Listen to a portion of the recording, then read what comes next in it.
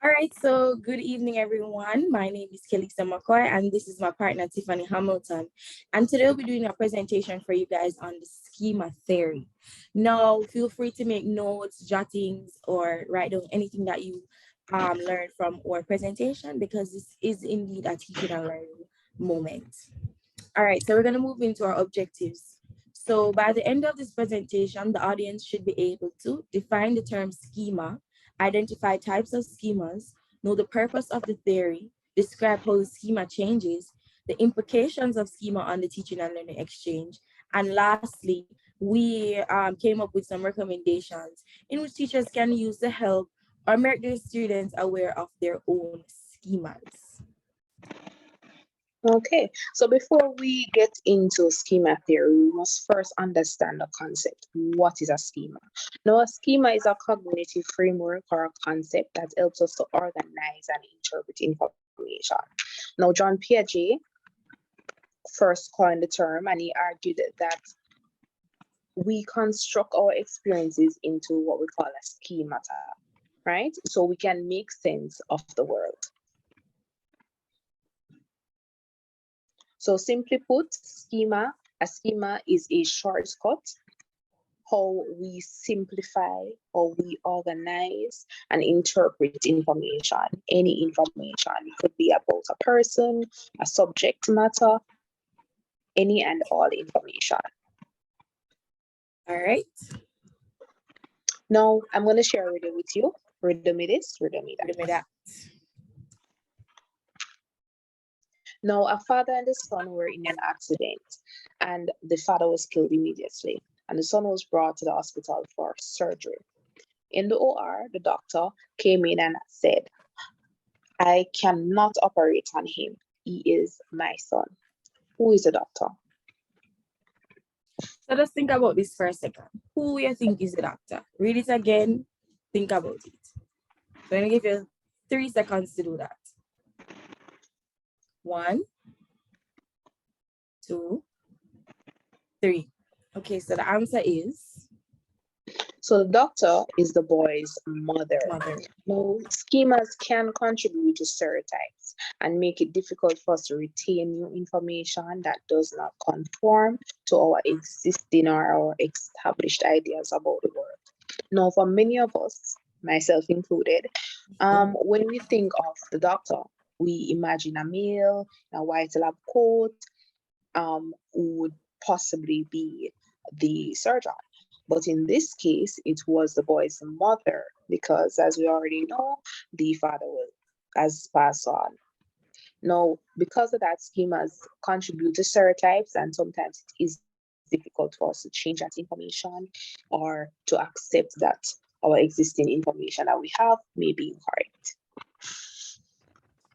All right, so now we're going to show you guys a video that talks about schemas in psychology. Now, we were trying to play it in a PowerPoint, but it wasn't working. So, we have to just play it from the YouTube version. So. Information. Our parents speak to us in a language that might not quite have an understanding of, but eventually, we're taught the rules that we eventually follow, and we witness memories that soon become subconscious lessons. So as we grow up, the language becomes a way of communicating around us. Rules that we have learned to similar situations, usually without question. Our awareness shape the way we perceive the world around us. But how does our brain organize all of this information? How can we easily find the rules from behaving at a country club and then apply them to how to behave in similar situations? For the answer, we turn to schema theory. Now, this video is all about schema theory, how it helps our mind function, and how something called schema shape the way that we see the world. The more you know about this thing called a schema, the easier it will be to understand your mind and make the best judgments around you. So let's start off with what are schema, or what is a schema?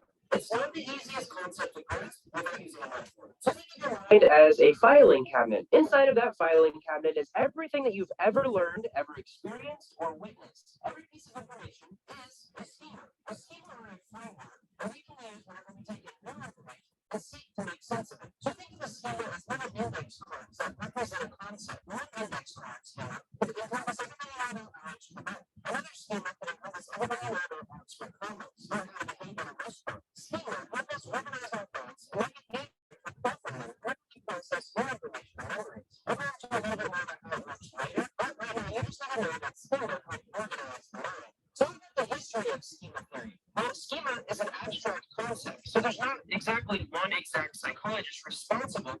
explain schema theory.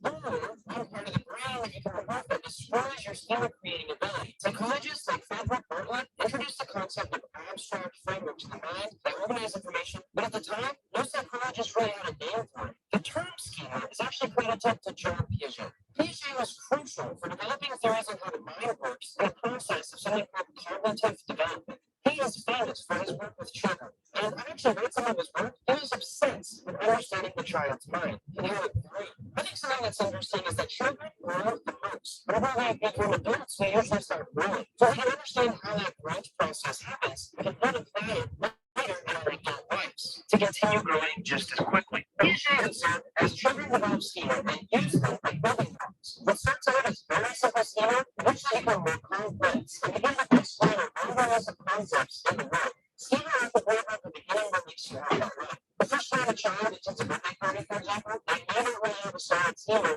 for what experience at a party, and maybe by listening to their parents explain what is happening, they start to build the schema or the idea or belief about what a birthday party is. The next time they hear about a birthday party, when they get an invitation, more than an abstract idea of what a birthday party is,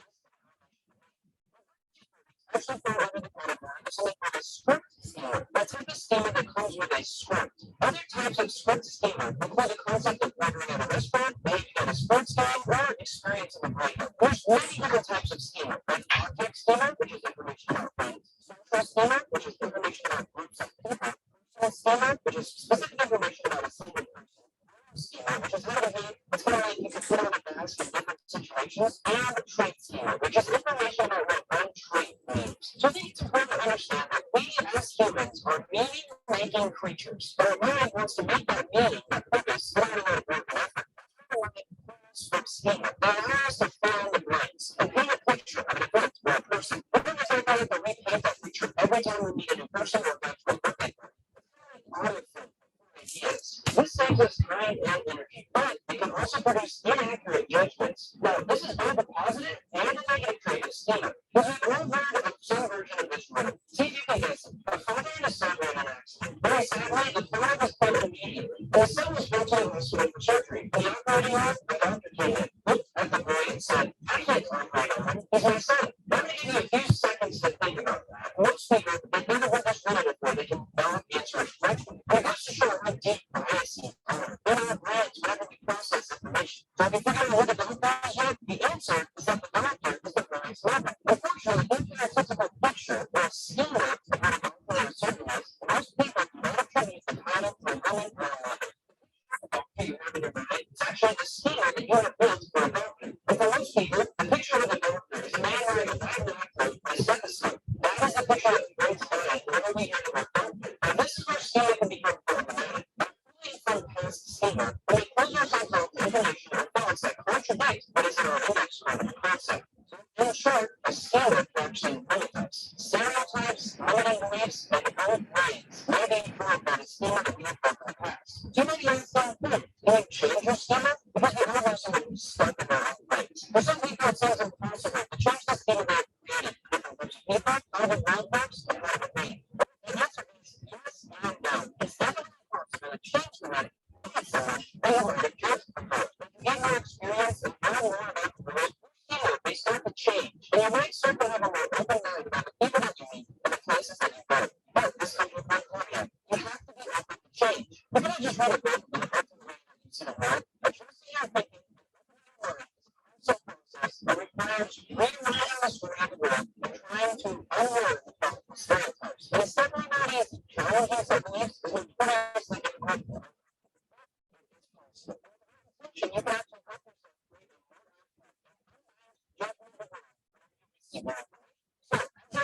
a schema is like an index card of what you know about schema theory is how your brain organizes information. Because of this, schemas influence your stereotypes and prejudices. Lastly, you can change your schema. The first impressions usually stick around. I hope you guys enjoyed this video on schemas, and I encourage you to watch all of the other videos in my social psychology series to get a full grasp of how the human brain works in conjunction with other people. Thank you so much for watching. Okay, guys, so we're finished with our video, and now we're going to move back into the next section. of our PowerPoint presentation. All right, so we just watched a video, and the video basically told us everything that we should know on schemas. It told us who came up with the theory, it told us what is a schema, and it told us, excuse me, give me a second. Sorry about that. Perks of using YouTube or anything. So as I was saying, yes, so the video told us everything that we need to know on schema and the schema theory, but repetition is emphasis. So we're going to continue talking about the schema theory. So the purpose of the schema theory. So we use schemas because they allow us to take shortcuts in interpreting the vast amount of information that is available in our environment. However, these mental frameworks sometimes exclude pertinent information. And what do we mean by pertinent information? Information relating to a specific topic, to focus on things that conform to our pre-existing beliefs or ideas. So sometimes things that are happening in the world, or sometimes how our brain works, it's tricky, and sometimes it totally forgets some of our schemas that we have, because in the video it mentioned that we can describe our schemas as a filing cabinet. Now you know that filing cabinets have a lot of files and it's organized and whatever, but sometimes our filing cabinet can get messed up. Some files can get missing, some files can be replaced, stuff like that. So this is what it means by when it says the mental frameworks exclude some pertinent information. So we're going to move on now to the types of schemas. So the first one we have listed. So we have mentioned a lot more in the video, but we're going to look at four main types. So the first one we have listed is the person's schema. Now the person's schema, it just focuses on one person, a specific individual. Now your schema for your friend would include information about her appearance, her personality, her preferences, her behavior. And the other one would be Tiffany. So secondly, we have what we call the social schemas. And for social schemas, these include general information or general knowledge about how people behave in certain social situations. For example, going to the restaurant, getting a meal, you have different, you may be expected to pay for your meal first or pay afterwards. You would know the type of restaurant you'll be going to, and you would follow that script. All right. And the other one we have listed is the self schema. So I know probably you're wondering, so what is the difference between the person schema and the self schema, because they both look similar? No, I think I found a way to differ them. So the one about person schema, when you have a friend, as what I said before, and you look at this person, your schema automatically is taking the background knowledge of what you know about the experiences with the friends. So say for instance, your friend is Alicia. Just by looking at Alicia, you can see her appearance. You can see how she looks. Her hair is black. She has on a blue dress, and her personality. So from experiences with Alicia, you can know how she acts, how she operates. Same thing for her behavior, what she likes, what she dislikes. Now, the self schema is about you. It is not about another person. It's about you, what you see yourself as. And this person here sees themselves as a future doctor. They hate broccoli. They think they're smart or funny, or this is how they want to be seen by other people. So this self schema has to do with categories that speak about how you think, you want yourself to think, how you feel, and how you act in a situation. Yes, it also includes information about your current self, as well as ideas about your future self or your idealized self. Definitely. And finally, we have what we call the event schema. With the event schema, it focuses on patterns of behavior that should be followed in certain events, right? So it's like a script that informs you on how you should act, what you should do, what you should say in a particular situation. For example, an interview, right? Going to an interview, you would ensure that you dress the part, so you'll dress professionally. You may carry a resume, right? So you know what to do. You may shake with a firm handshake. These are things that you automatically know to do in certain settings. Right. So I think another way how we can address schema is we could say schema is like common sense or common knowledge in some extent. All right, so we're gonna move on to how schema changes. So the process through which schemas change or are adjusted is known as assimilation and accommodation. Now, right here it has a display of a baby girl, and it says banging is her favorite scheme, and this is how she explores the world. And then it says assimilation occurs when they incorporate new objects into the scheme, and accommodation occurs when a new object does not fit the existing scheme. So in this image, the baby had a spoon. She used to bang, bang, bang this spoon on the table because that's what babies know. They don't know anything but that. And then her mother goes out and she buys a box, or she's in the kitchen and she gives her a cup.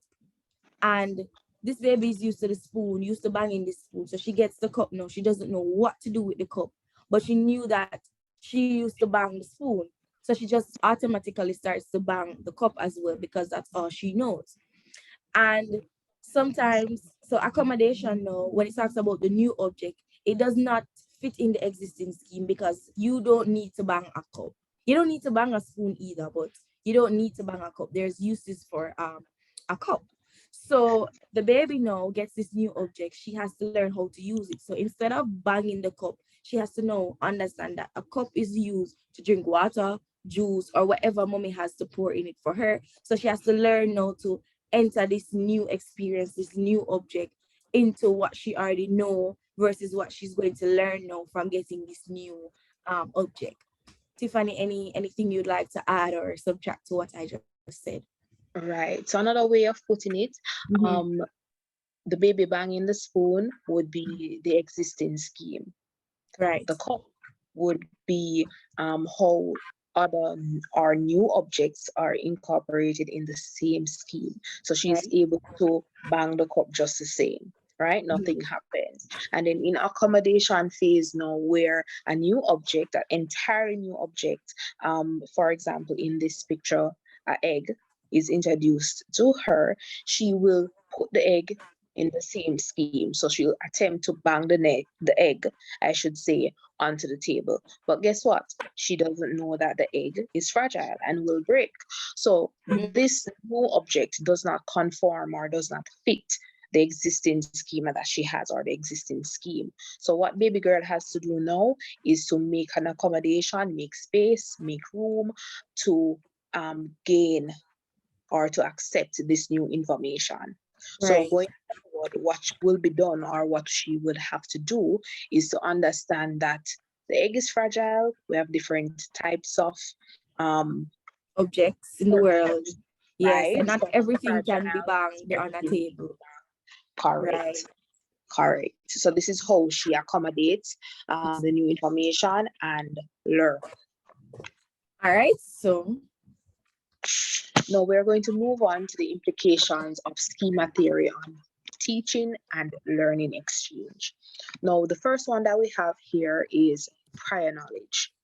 Now, schemas all about prior knowledge, all right? So for teachers or facilitators must understand that students will always have prior knowledge. Students will always have an existing schema on whatever topic, or I should say majority of the times, we have existing or prior knowledge to certain aspects of our lives, right? So it's a teacher's role to pull information or pull ideas or bring to the forefront of our minds any existing schemas that we have. to fully understand or grasp the new concept. If a teacher is unable to pull on students' prior knowledge, students may reject the new information altogether, right? And say, do away with it. They are not sure what this information is about, and naturally will stick or accept our what we already know. Secondly, we have stereotypes. Now, stereotypes can be formed when we make a generalization of a group of people, a subject, for example, math. Many students may say that math is very difficult to learn, right? But it is our duty as teachers to understand that students may have stereotypes against certain students as well as subject matter, right? So it's our duty once again to understand this, to bring to the forefront that yes, it is okay to have certain ideologies, right? But it may need to change, or we need to update this new idea that we have. And then thirdly, we have negatively impact on memory. Now, yes, schemas can negatively impact students' memory or anyone's memory. With Frederick Bartlett, he is one of our main psychologists that did a lot of work in understanding schema theory, right? So what Bartlett said was that in his research, he realized that when he gives, let's say, a group of students a folktale, for example, he used a Native American folktale, and he notices that many of his students did not accurately recall the information. So what happened is that students replace the unfamiliar information or the facts with different information. For example, in the story, he talked about swimmer folk hunting seals. Now, to these British students, right, hunting seals is not a part of their schema. That is something totally new to them. So on recalling the information, let's say days later, students may say that the fishermen went fishing and not to kill seals, right? While others may say the fishermen did not use a boat, they use a canoe, right? So certain information may change. Even growing up, we notice, even with ourselves, that certain things that we thought was fact, right? Or even something that happened in our daily life, when we grow up, we realize that this information was not exactly or entirely so.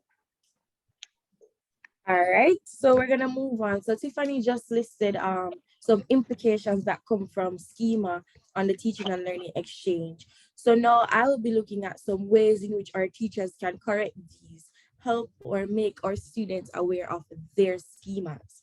So the first thing we have listed is making sure students' existing schemas are up and running at a conscious level.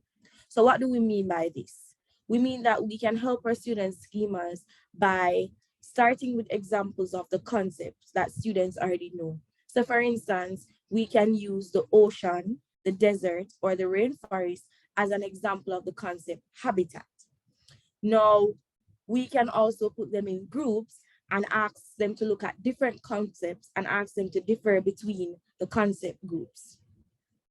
And the other one we have is using advanced organizers. So using advanced organizers is an educational term used to talk about materials that we use before starting our topics. So say for instance, starter activities. So you can start by singing a song. Say the topic will be bones. You come into the class and you sing a song on bones. You ask them to stand up and do activities pertaining to this. Or you come with a skeleton and you ask them to put different sticky pads on the areas that you're talking about. Say, for instance, the topic is the brain. You ask a student to come up and locate the brain and stuff like that. And those are the materials that are used to start an topic, start a new concept. And this helps the schemas to go back to what they already know and accept new information and be alert and ready to learn and stay right here. And their schema is not going to be all over the place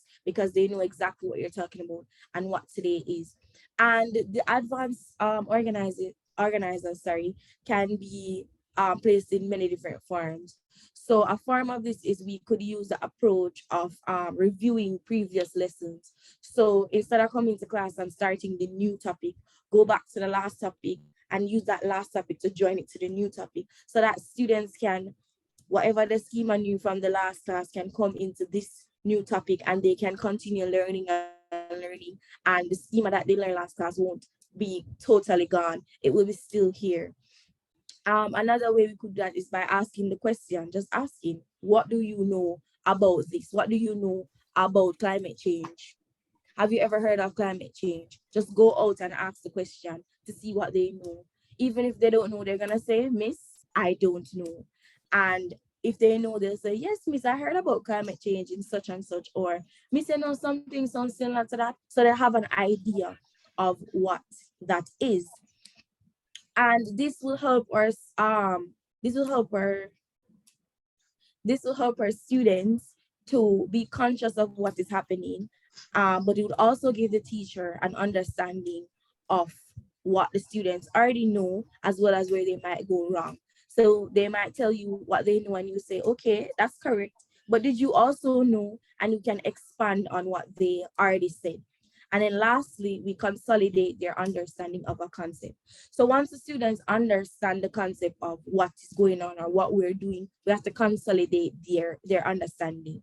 So somebody by the name of Fisher, Frey, and Hattie in 2017, they came up with ways in which teachers can carry out this. So they said we could use index cards to help our students. We could also use visual representations like videos and arts and graphs and stuff like that.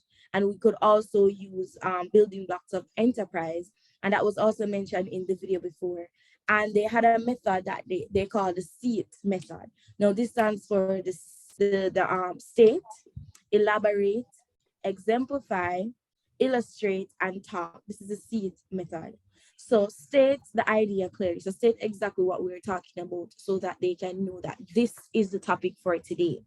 Make it concise, make it transparent so that nobody can say, Miss, what are you talking about again? And elaborate on the idea. So you can say, in other words, this is not to say, but rather, and exemplify. So for example, however, a non-example of this would be because, and then illustrate with a metaphor. So we can use a personification to say it is like a, or a metaphor or an image or anything it looks like. It comes in the form of. And lastly, talk with a partner and share your ideas. So communication helps not only the student schemas to be developing more and more, but your schemas as teachers and their schemas coming together, bringing new information into the space. And with all of this being said, this concludes our presentation. Thank you guys for listening. I hope you guys learned something. We also have a game of Kahoot. We'll send the link to you guys so you guys can play this game. But with that being said, there's nothing more to add, and I hope you guys could take away something from the lesson on what a schema is and how to use schemas. Tiffany, do you have anything else you would like to add as well? All right, I am not hearing Tiffany. So thank you guys. And this is the end of our presentation.